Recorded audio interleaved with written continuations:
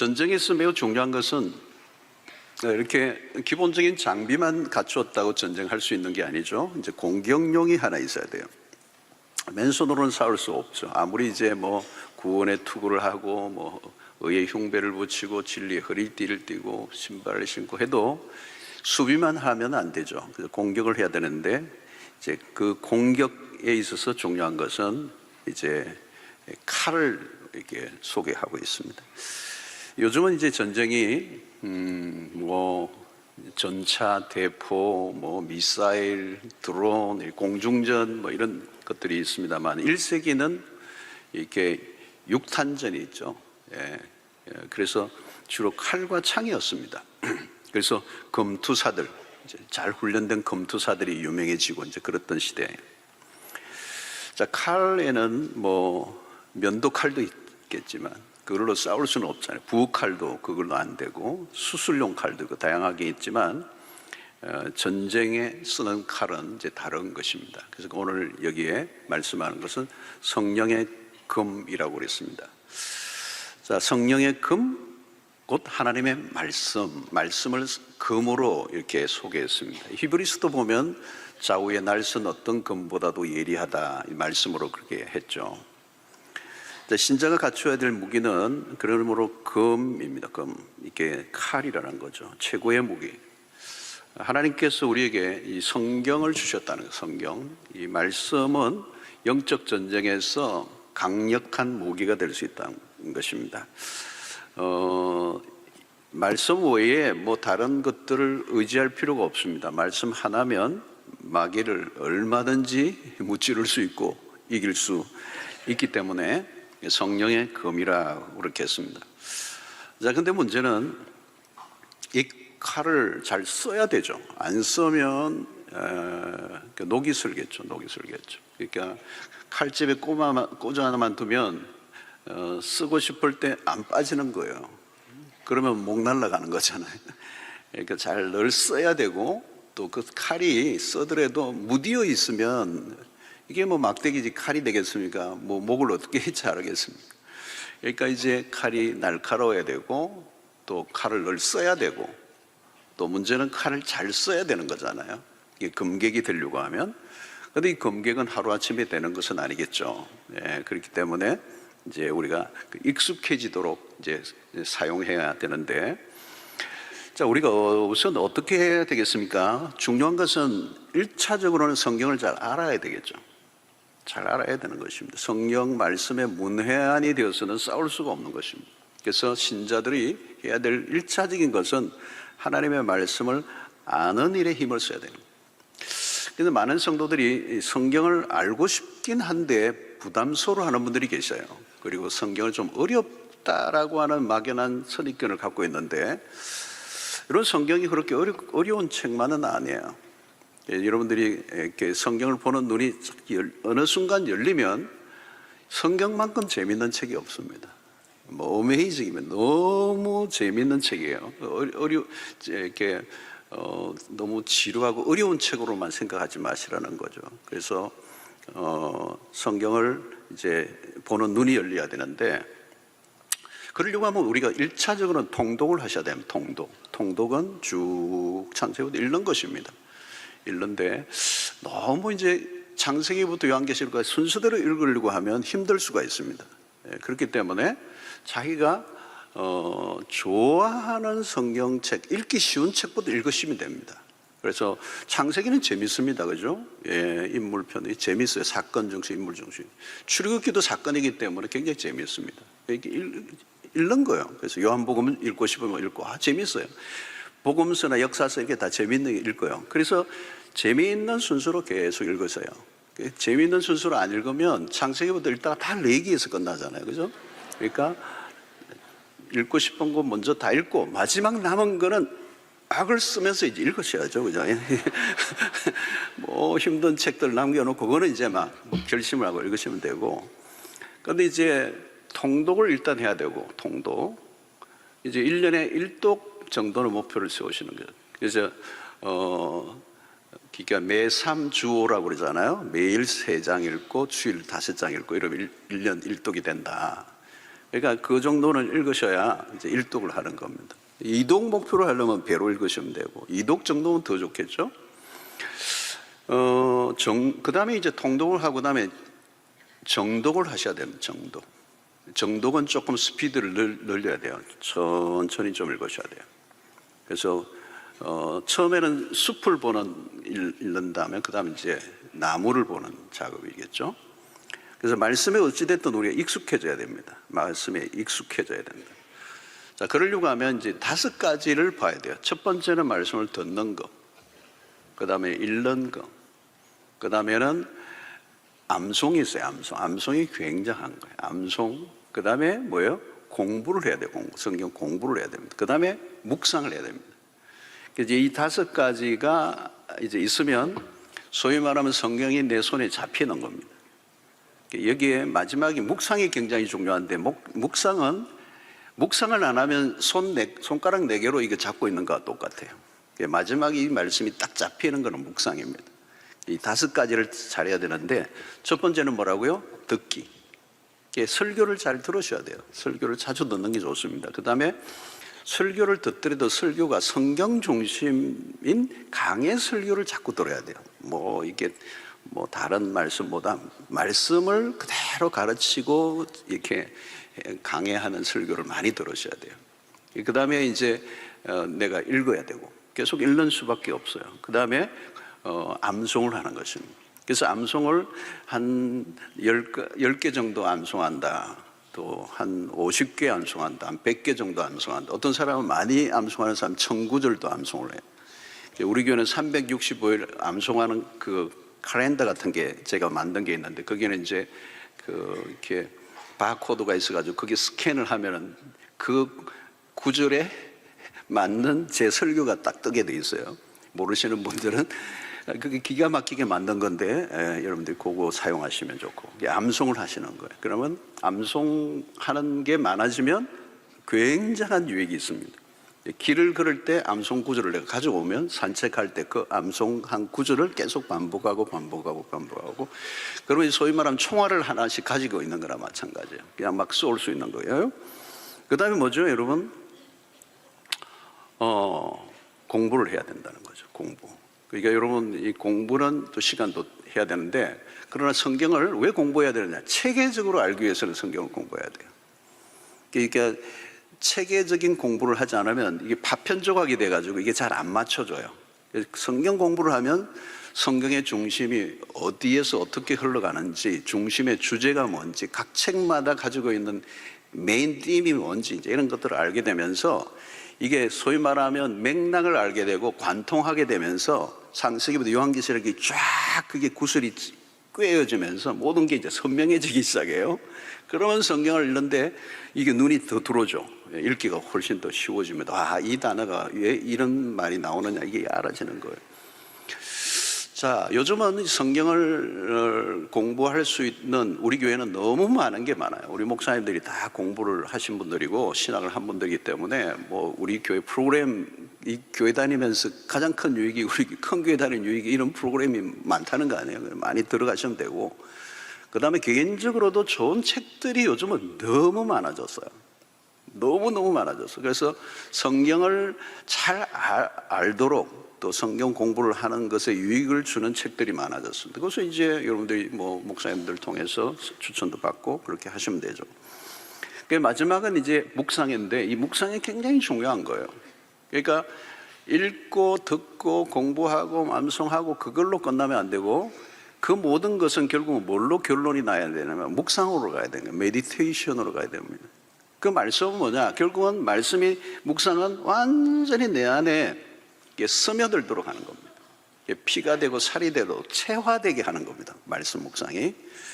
그러면 묵상의 훈련이 이제 이것도 훈련을 받아야 됩니다. 조금씩 훈련을 받아야 되는데, 어떤 구절 한 구절을 가지고 내가 한 시간을 여러분 한 구절 앞에 여러분 가만히 멈춰 있어 보세요. 그 말씀을 싹 들여다보면서 눈 감지 마시고 성경 구절을 딱 보고, 그리고 한 10분을 한번 머물러 있어 보세요. 그 말씀 앞에. 그러면 그 메시지가 어마어마하게 나에게 살아나요. 근데 그거를 하루 종일 한번 여러분 묵상해 보면 이 성경의 파워가 그런 겁니다. 일반 책은 어떤 책도 1시간을 들여다보고 있을 수 없습니다. 그 구조를. 그러니까 이건 성경은 진리이기 때문에 하나님의 인격을 담은 말씀이기 때문에 그 말씀 앞에 서 있으면 그걸 가지고 한 일주일 동안 한 구절 가지고 씨름을 한번 해보세요. 묵상을 해보세요. 여기에서 생명의 막 역사들이 일어나요. 이런 경험을 이제 해야 돼요. 스며들게 완전히 푹 젖는 거예요. 말씀에 완전히 푹 젖었어. 이건 그냥 뭐 큐티한다 이런 정도가 아니고 말씀에 완전히 이제 녹아지는, 말씀이 채워지는 이제 그런 경험을 하는 겁니다. 그래서 이제 그런 되면 어떻게 돼? 꿈을 꿔도 말씀이 막 살아있는 거예요. 꿈을 꿔도 말씀. 예. 눈 감으면 전날 보았던 드라마 주인공이 왔다 갔다 하는 게 아니고 말씀이 왔다 갔다 해야 돼요. 말씀이 왔다 갔다. 그러니까 여러분 손에 무엇을 들고 있느냐는 거예요. 무슨 책을 가장 많이 읽는, 내 생각과 내 모든 마음에 무엇이 영향을 많이 끼치고 있느냐는 거예요. 자, 이러면 결국은 우리가 말씀에 투자를 해야 된다는 거예요. 말씀을 위해 내가 일정하게 시간을 계속 들여야 된다는 거예요. 그래서 말씀을 가까이 하다 보면 무슨 일이 일어나냐면 그 말씀에 대한 확신이 생기는 거예요. 확신. 이 말씀에 대한 확신이 있는 거예요. 그래서 믿음이 잘한다는 말은 뭐냐면 이 말씀에 대한 확신이 더 깊어지는 거예요. 그렇죠? 그러면 이 말씀에 내가 생명을 걸 만한 자신감 같은 게 밀려오는 거예요. 그래서 여러분 이 말씀에 확신에 거하는 거. 디모데후서 3장 14절에 보니까 그러나 너는 배우고 확신하는 일에 거하라. 배우는 것까지만 하는 건 안 돼요. 우리가 이제 세상 교육이 배우는 것을 가르치는, 배우는 게 중요한 게 아니고 배운 것에 확신을 해야 됩니다. 그러니까 확신을 하지 않으면 행동할 수가 없어요. 그죠? 그러니까 아는 것보다 중요한 것은 확신이다. 그래서 말씀에 대한 확신을 가지면 일단은 뭐냐면 칼을 내가 이제 그 말씀의 검을 내가 가지고 있는 거예요. 손에 딱 쥔 거예요. 이제 딱 쥔 거예요. 제가 좀 비슷한 걸 하나 가져왔어야 되는데 딱 이제 손에 내가 쥐고 있는 것 같은 거죠. 여러분 말씀보다 더 확실한 건 없죠. 세상에 사람들이 만들어 놓은 사상이나 철학이 있지만 그건 사람이 만든 논리이기 때문에 오래 못 가요. 그리고 언제나 또 다른 논리에 이제 뒤집혀 줄 수 있는 것이죠. 한 세기를 넘어가지 못합니다. 인간이 만들어 놓은 논리나 인간이 만들어 놓은 철학은. 그 많이 다 무너지는 것입니다. 이게 확신이 무너지죠. 그 절대 아주 중요한 사건이 일어나면 내가 가지고 있었던 확신이 확 무너져 버리는 거예요. 그게 절망하는 거잖아요. 여러분, 이 세상의 사람들이 지배하고 있는 것들이 무엇입니까? 이게 보면 꽤 공부를 많이 한 분이라도 또 사회적으로 성공한 사람인데도 결정적인 순간이 오면 점쟁이를 찾아가는 사람들이 많아요. 한국은 진짜 토종기별 연말에 많이 팔리고 이 점쟁이들에게 영향을 많이, 역술인들이 엄청나게 있어요. 그러니까 결국은 점쟁이 찾아가는 거예요. 불안한 거. 이 선거철이 되면 많은 정치인들도 점쟁이 찾아가는 거예요. 되겠나 안 되겠나. 여러분, 유명한 스포츠 선수들이 상당한 실력을 갖추고 있는데도 시합 나가기 전에는 불안한 거예요. 그러니까 어떤 징크스를 이제 믿는 거죠.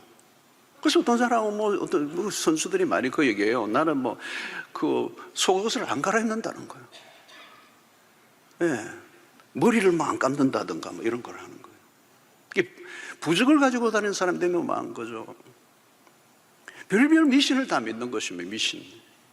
그것도 멀쩡한데 여러분, 이 사회 안으로 들어가면 미신이 엄청납니다. 엄청. 그 시험 치는 날은 미역국 안 먹는다는 거예요. 근데 예수 믿는 사람들도 그래요. 이 양이만 기분 이상하다 안 먹자 그래요. 그게 미신에 감염되어 있는 거예요. 이 미신은 무서운 거예요, 여러분. 그러니까 미역국이 어땠어? 미끄러져요? 그렇죠? 사자를 안 좋아하는 거예요. 사자를 안 좋아하는 거예요. 서양 사람들 13을 안 좋아하고. 이사도 나를 받아야 되고. 그러니까 손 없는 날 귀신이 어디 옥황상제 만나러 간 그날을 이사를 해야 된다. 무슨 귀신이 그런 귀신이 있어요. 그 사람들 안에 이 불안이 있는 거예요. 두려움이 있는 것입니다. 평소에는 멀쩡해요. 멀쩡하고 뭐 굉장히 인텔리전트하고 뭐 그런데 결정적인 순간이 오면 불안해하고 두려워하는 거예요. 미신을 믿는 거예요. 여러분, 미래가 오늘날 더 불안해지니까 이게 더 심해지는 겁니다. 이 데이비 소로라는 분이 그런 얘기 했어요. 시대를 읽지 말고 영원한 것을 읽어라. 시대를 읽지 말고 다른 말로 표현하면 성경을 읽어라 이 말이에요. 이 성경은 시대를 뛰어넘는 원리를 가르치고 있잖아요. 시대를 뛰어넘는 말씀을 주시는 거거든요. 그러니까 뉴스를 붙들고 묵상은 안 되잖아요. 뉴스를. 그리고 우리가 정보가 부족해서 불안한 것입니까, 여러분? 내가 정보가 모자라서 불안합니까? 아니죠. 그러니까 흔들리는 세상에서 계속 흔들리는 것만 바라보면 불안할 수밖에 없는 것입니다. 하나님의 말씀은 읽을수록 확신이 더 와요. 우리의 믿음의 근거죠. 믿음의 근거가 뭐냐? 그게 불변하는 거냐는 거예요. 영원한 것이냐는 거예요. 여러분, 사람의 말을 어려울 때는요, 사람의 말들을 들으면 더 헷갈려요. 하나님의 말씀은 달라요. 그 말씀은 시대가 흘러도 변함이 없는 거예요. 변함이 없어야 진리지. 그러니까 마태복음 24장 35절에 천지는 없어질지언정 내 말은 없어지지 아니라는 거예요. 우리가 붙들 것은 말씀밖에 없고요, 말씀을 붙들고 사는 사람이 이길 줄로 믿습니다. 여기에 대한 확신이 있어야 성경을 보죠. 자, 마귀는 우리의 손에 무엇이 쥐어져 있는가를 봅니다. 우리가 말씀을 붙들고 있을 때 마귀는 긴장해요. 그런데 다른 걸로는 긴장하지 않습니다. 여러분, 우리가 이 말씀을 가지고 있지 않으면 빈손으로 있는 것과 똑같습니다. 빈손으로 마귀하고 싸우겠다는 겁니다. 못 이기죠. 그리고 검을 가졌는데 느슨하게 쥐고 있는 거. 이 느슨하게 쥐고 있다는 말은 말씀에 대한 확신이 없다는 겁니다. 그러면 이 말씀을 가지고 싸울 준비가 안 되는 거예요. 그러면 마귀의 노름에 노란할 수가 있죠. 그래서 중요한 것은 말씀을 알아야 되고 그 말씀에 확신을 가져야 됩니다. 자, 그러면 이런 것들이 어떤 과정을 통해서 그러면 일어나느냐? 우리가 말씀을 경험하는 단계로 가야 된다는 거예요. 그러니까 말씀이 왜 추상적으로만 남아있는가 하니까 그 말씀을 실제의 삶에서 경험을 해본 적이 없어요. 그러니까 이 말씀과 내 말씀은 그냥 지식의 덩어리로 내 안에 그냥 있는 거고 실제의 삶과 오면 말씀은 전혀 나와 상관없이 사는 거예요. 여러분, 신앙의 세계에 중요한 것은 그 말씀의 경험, 또 하나님에 대한 경험이라는 게 중요해요. 그 시편 34편 8절에 너희는 여호와의 선하심을 맛보아 알지어다 그랬어요. 그 말씀의 체험이 중요한 거죠. 그때 이게 하나님의 말씀이고 진짜 진리구나라고 하는 것을 이제 경험하게 돼요. 요한복음 15장 5절에 나는 포도나무에 있는 가지라 그가 내 안에 내가 그 안에 거하면, 이게 예수 그리스도가 내 안에 거하고 내가 예수 그리스도 안에 거하는 것과도 같지만 다른 구절을 보면 말씀이 너희 안에 거하면 이 사람은 열매를 많이 맺나니. 그러니까 말씀대로 살아갈 때 그 말씀이 어떤 결과물로 나타나는 거예요. 리절트로 나타나는 거예요. 자, 여러분, 마틴 로이드 존스 목사님은 이 칼의 이중 목적을 얘기해요. 그러니까 이 칼은 우리가 가지고 있는 성령의 검은 그 공격용이면서 동시에 방어용이다. 그러니까 좌우의 날선 검과 같이 공수겸용이다. 그래서 말씀은 마귀를 공격하는 무기면서 동시에 우리 자신을 보호해주는 말씀이다. 그래서 사실은 여러분, 우리가 하나님의 말씀을 따라 살아가다 보면 이게 뭐 마귀와의 전쟁 이전에 이 말씀을 따라 우리가 살다 보면 이 말씀이 내 삶을 풍요롭게 해주죠. 또 이 말씀이 우리를 성장시켜줍니다. 자라가게 하는 거죠.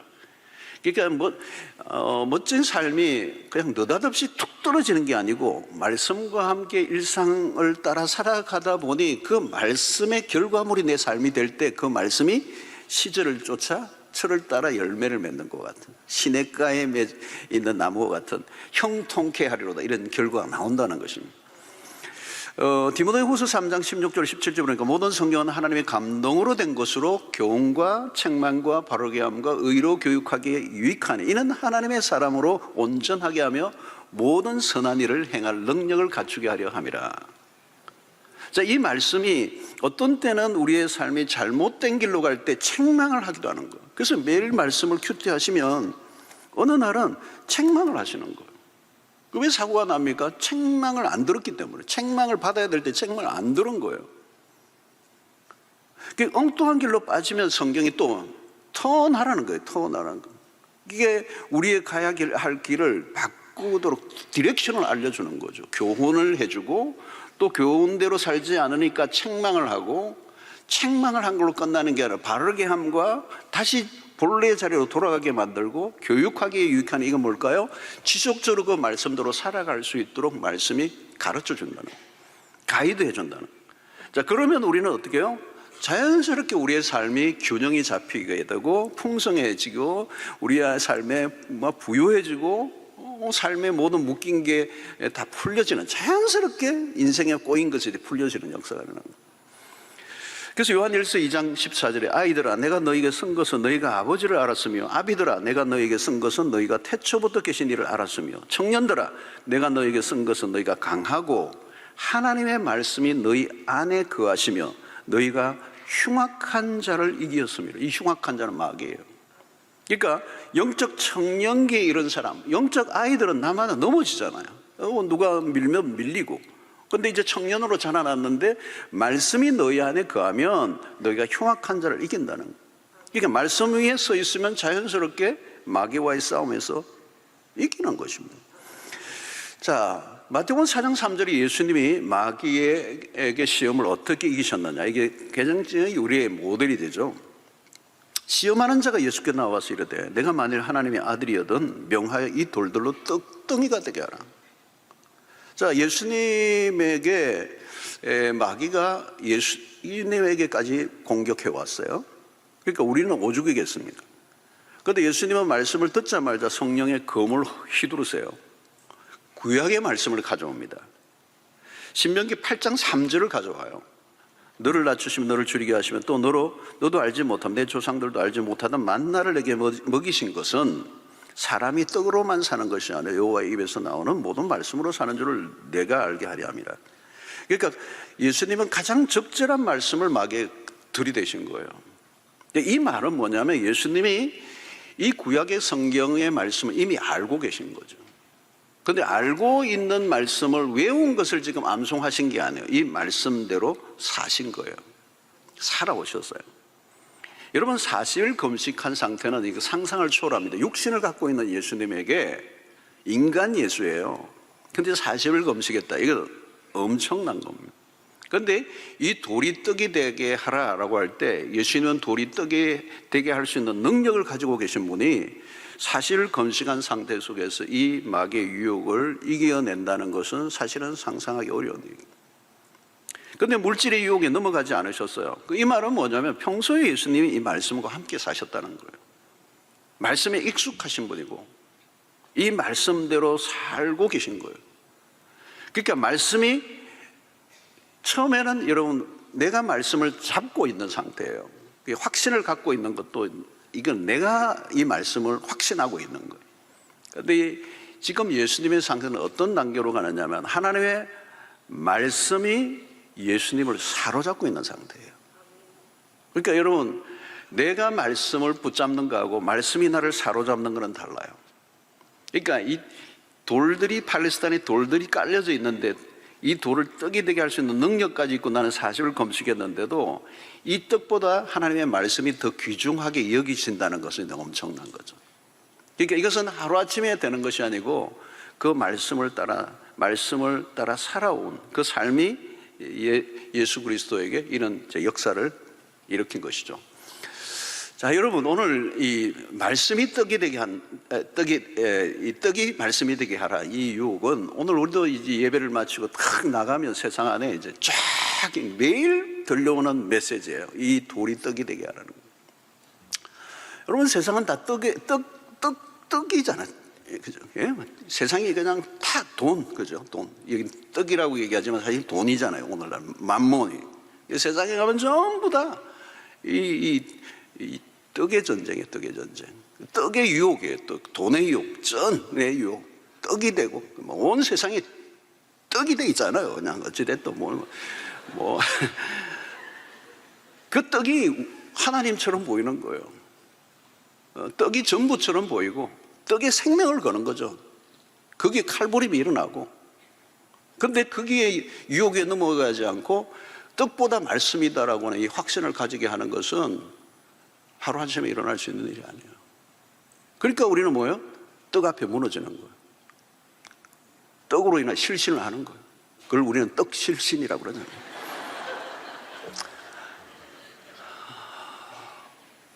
자, 여러분, 여기에 오늘 우리가 눈여겨봐야 할 것은 성령의 검이라고 하는 것입니다. 이 성령의 검이라는 말은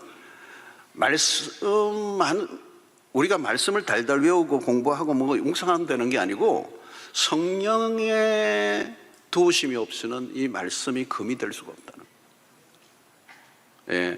말씀의 예리한 검이 되어서 마귀를 이기려고 하면 이 성령의 검이, 성령의 도우심이라는 거예요.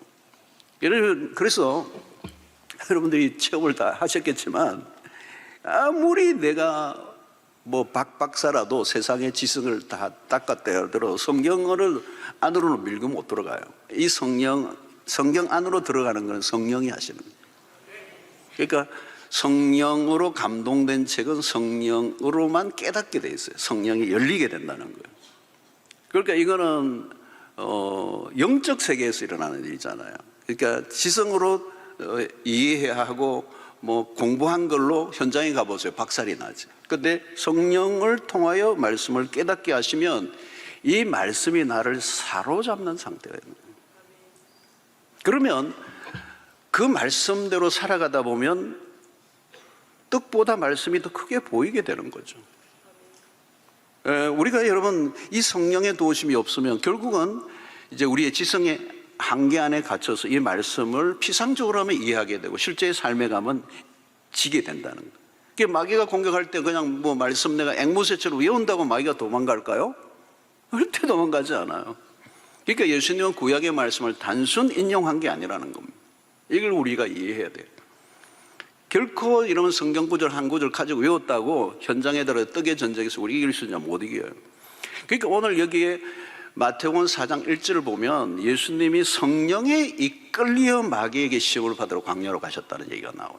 그러니까 성령에 이끌려 계신 거예요.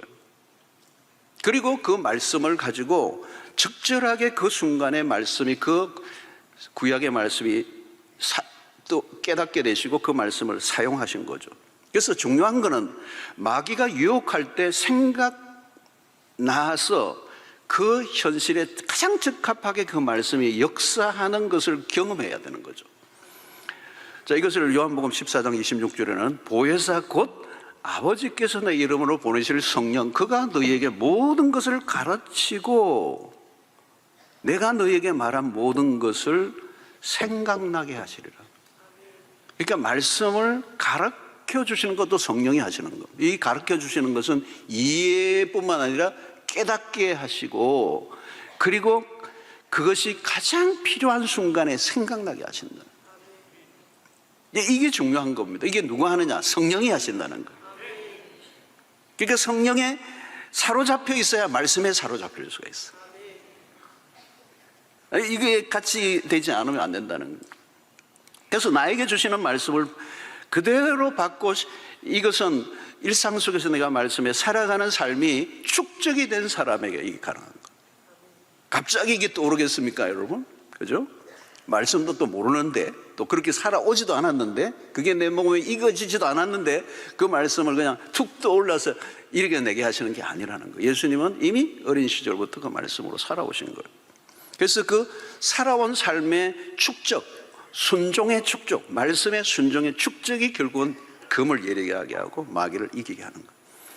자, 여러분, 성경은 굉장히 두꺼운 책이에요. 그래서 창세기부터 요한계시록까지 66권이 이 두껍잖아요. 그래서 저는 두꺼운 게 참 감사한 게, 이렇게 얇았으면 제가 10년, 20년 어떻게 설교를 하겠어요? 성도들에게. 이게 두꺼우니까 할 게 너무 많아요. 살 게 나와. 어떤 신학 교수님이 그러시더라고요. 우리 목사님, 우리는 설교 뭐 몇 가지 가지고 여기저기 교회 다니면 되는데 목사님은 한 교회에서 똑같은 성도에게 늘 그렇게 하는데 얼마나 힘드세요? 그래서 제가 그랬어요. 성경이 두꺼워서 감사하다고. 아직도 할 거는 뭐 무궁무진하죠. 무궁무진하죠. 자, 모든 말씀을 다 붙들 수 없잖아요, 여러분. 모든 성경이 다 툭 들어오면 어떻게 하겠어요, 여러분? 그럴 수는 없잖아요. 영적 전쟁은 현실적이라는 말이죠. 공중에 붕 뜬 주제가 아니고 일상으로 돌아가면 마귀는 구체적으로의 삶에 우리의 아킬레스건을 건드리는 거거든요. 우리의 약점을 건드리는 거잖아요. 매우 실질적인 것을 가지고 마귀가 유혹하지 쓸데없는 가지고 우리를 흔들지는 않거든요. 그러니까 시험이 찾아올 때 가장 적절한 말씀이 살아있는 말씀으로 내 안에서 워킹, 운동이 돼야 되는 거예요. 액티비티가 일어나야 되는 거예요. 이 어려움이 몰려올 때 내 상황 속에 딱 맞는 말씀이 와야 되지. 안 그러면 마귀가 다른 생각을 집어넣어요. 시험이 찾아올 때, 경제적으로 어려울 때, 근심이 몰려올 때, 외로울 때, 죄책감에 시달릴 때, 뭐 이런 순간에 적절한 말씀이 떠오르느냐는 거예요. 성령께서 우리 안에 적절한 말씀이 생각나게 하는 누구에게? 성경을 평소에 가까이 하고 성경의 말씀대로 사는 사람들에게. 이 마귀도 가만히 안 있죠, 여러분. 거짓된 생각을 계속 집어넣어주고 이게 멋진 아이디어처럼 자꾸 주지만 우리를 넘어지게 하고 우리를 파괴하게 하고 우리를 하나님의 백성으로 살아가지 못하도록 우리의 죄들과 연류가 되도록, 그죠? 마귀는 거짓 말쟁이잖아요. 송사하는 자잖아요. 자꾸 고발하고 너가 얼마나 죄를 지었는지 아느냐 그러면서 그냥 사람을 불안하게 하고 두렵게 하고, 그때 여러분 하나님의 말씀이 떠올라야 되는 거거든요. 여러분, 오늘 우리는 말씀을 금으로 적극적으로 사용해야 된다는 거예요. 마귀가 던져준 말이나 생각이 아니라 하나님의 말씀이 나를 사로잡고 있는 상태. 그러려고 하면 우리는 어떻게 해요? 우리의 말씀을 계속 먹어야 된다는 거예요. 칼을 칼집에 꽂아두고서는 싸울 수가 없는 것입니다. 말씀과 함께 하는 일상, 이것은 구름 잡는 얘기가 아니라는 것입니다. 자, 우리는 이 영적 전쟁에서 늘 살펴봐야 될 것은 승리의 모델이신 그리스도를 바라봐야 돼요. 그러니까 예수님은 마귀와의 전쟁에 승리하셨는데 승리의 비법이 뭐예요? 세 가지 다 말씀으로 이기셨어요. 세 가지 시험을 다 보시면 동일하게 예수님은 말씀으로, 구약의 말씀을 가져와서 말씀으로 이기신 거예요. 그러니까 이 말은 뭐냐면 말씀으로 충분하다는 거예요. 다른 비법을 찾아낼 필요가 없어요. 말씀으로, 말씀만 정확하게 선포하면 마귀는 떠나간 거죠. 그러니까 우리가 가지고 있는 어떤 논리, 내가 가지고 있는 어떤 경험, 내가 가지고 있는 이론, 그걸로는 마귀를 읽을 수가 없어요. 마귀는요, 고수예요, 여러분. 우리가 알아야 될 것은 초인격적인 존재가 마귀입니다. 그러니까 고수 중에 고수입니다. 그러니까 우리가 가지고 있는 어설픈 이론으로 마귀를 이겨낼 수가 없어요. 불가능해요. 오늘 여러분 이 세상 안에 어마어마한 거짓됨을 확 퍼뜨려 놔서 그 안에 사람들이 감염돼 살고 있잖아요. 너무너무 거짓된 것에 말도 안 되는 논리에 사로잡혀서 꼼짝을 못하는 게 세상의 모습 아니에요, 여러분? 그러니까 예수님이 세 번 다 동일하게 말씀으로 물리치셨다는 거예요. 다른 방식으로 대응할 수 없다는 거예요. 오늘 여러분 우리가 일상의 삶 속에 말씀으로 충분한 여러분 승리를 믿으시길 바랍니다. 자, 영적 전쟁을 우리는 치르고 있는데 치열한 싸움이에요. 사실은 혈과 육의 싸움이 아니라는 거예요. 여러분 이 영적 전쟁, 오늘 싸움을 잘하는 신자 이러놓으니까 야 이거 한번 해야 되겠네, 이게 아니고 우리는 사람과 싸우는 사람이 아니에요. 여러분 사람과 싸우면 안 돼요, 여러분. 혈과 육의 싸움이 아니라니까요. 말씀의 금, 그죠?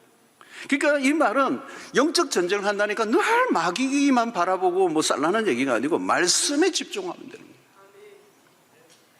여러분 그러려고 하면 말씀에 배가 고파야 돼요. 아침에 일어나면 말씀이 고파야 돼. 배는 고픈데 말씀이 안 고파. 그러면 안 돼요, 여러분.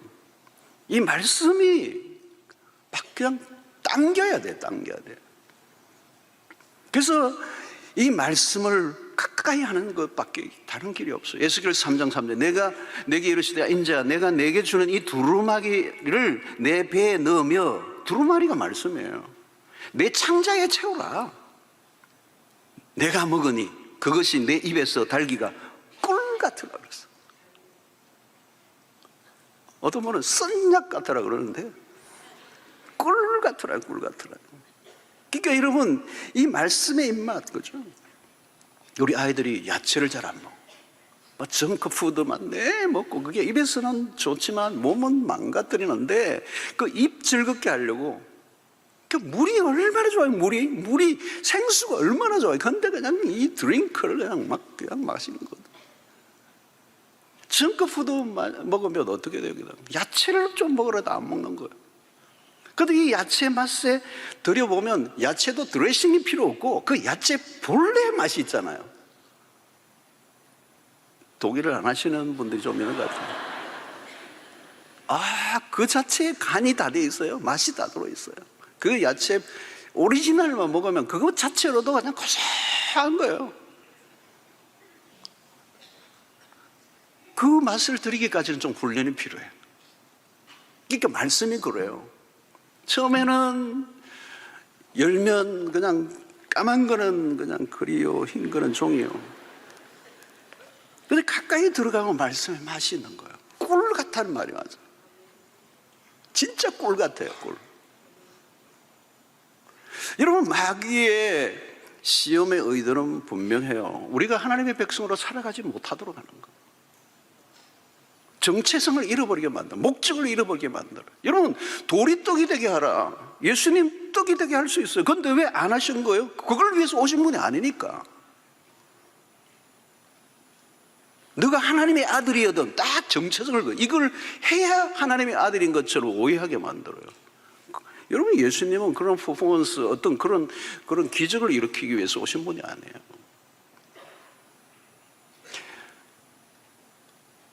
여러분, 목적을 잃어버리게 하는 일이 마귀가 자주 하는 일이에요.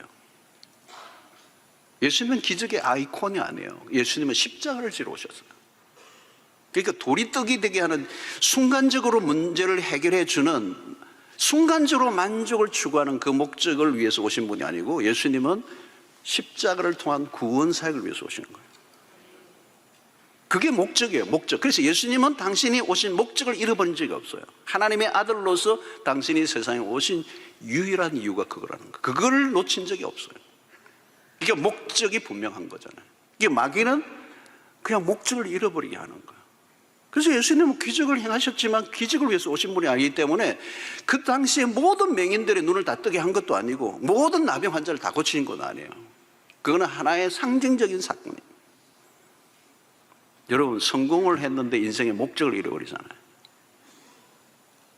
돈을 벌다가 돈을 버는 목적을 잃어버렸어요. 그 순간 돈 버는 기계로 전락해버려요.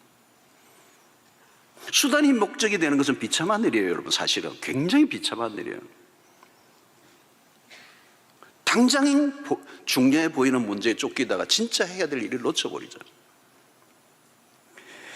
여러분, 오늘 우리의 신앙의 삶 속에서 마귀는 끊임없이 우리를 속입니다. 그래서 이스라엘 백성들이 광야에서 속았고, 아담과 하와가 마귀에게 속았고, 인류가 마귀에게 다 놀아난 거예요. 그래서 이 실패의 고리를 끊어버리기 위해서 예수 그리스도 오셨고, 그분이 마귀와의 전쟁에 완성을 하시고 우리에게 구원을 이루시고 마귀와의 전쟁의 승리의 모델을 우리에게 보여주셨는데, 오늘 우리도 그냥 나름대로의 임기응변적 삶을 살지 말고 하나님의 말씀을 붙들고 말씀과 마귀와의 싸움에서 이겨내는 백성들이 되어야 될 줄로 믿습니다. 여러분, 아침에 대충 그냥 성경 막 보지 말고요, 시간을 정하셔야 돼요. 대충 펼쳐보고 주어진 말씀, 여기 이 구절 주신 모양이다 이러고 그러면 살면 안 돼요. 그건 꼭 어떤 거 하냐면 옛날에 어디 길을 이래 보면 침 뱉어가지고 이래가지고 튀면 저리로 가는 거 어떤가. 우리가 그렇게 미신같이 성경을 믿으면 되겠어요, 여러분. 그 전에도 그랬잖아요. 어떤 분은 하도 성경하다 오늘 하는 말씀 보고 그래도 그냥 갈 수는 없고 말씀을 딱 펴니까 가로주다가 목매어 죽은지라 기분 되게 나빠. 한 번 더 봤어요. 두 봤더니 사마리아 그 비유에 나오잖아. 사마리아 선한 사마리아. 가서 너도 이와 같이 하라. 3, 4번 그건 아닐 거다. 세 번째 보니까 적시하라 이러나.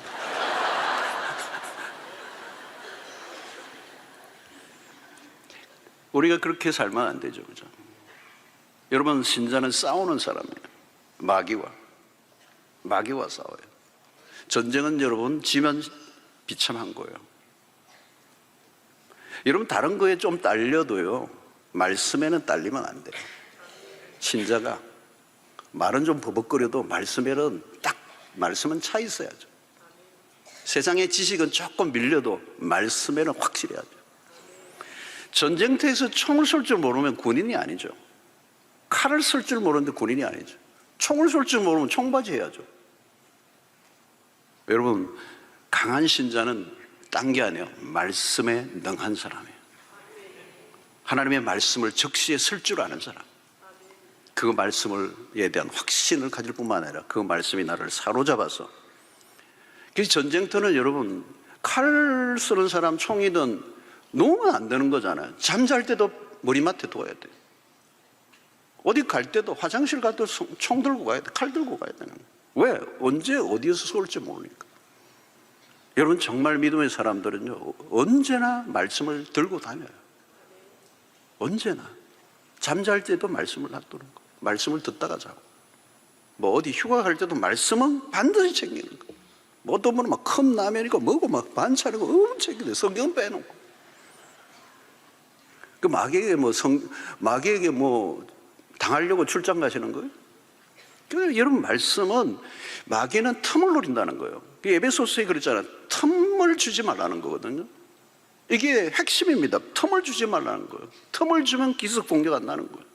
화가 날 때 화가 빨리 해결하는 거예요. 왜? 해질 때까지 화를 품고 있으면 마귀가 틈을 탄다는 거예요. 이거는 여러분 실질적인 거예요. 틈을 탄다는 거예요. 불평을 막 늘어놓아. 그때 마귀가 틈을 타는 거예요. 마음에 분노가 일어나 미움이 일어나 틈을 타는 거예요. 여러분. 욕망이 내 안에서 자꾸 탐욕이 꿈틀거려. 자꾸 돈 계산하고 돈에 대한 생각이 막 나를 꿈틀거려서 뭔가를 막 그냥 나를 막 흔들어 놓을 때 그대로 두면 안 되죠. 틈을 탄다는 거예요. 사랑하는 성도 여러분, 말씀의 검객들이 되시길 바랍니다. 특정한 상황에 확실한 말씀들이 내 안에 성령께서 떠오르게 하셔서 말씀을 통해서 물리치심으로 말씀으로 살고 말씀으로 이겨내는 영적 검투사들이 되시길 주의 이름으로 축원합니다.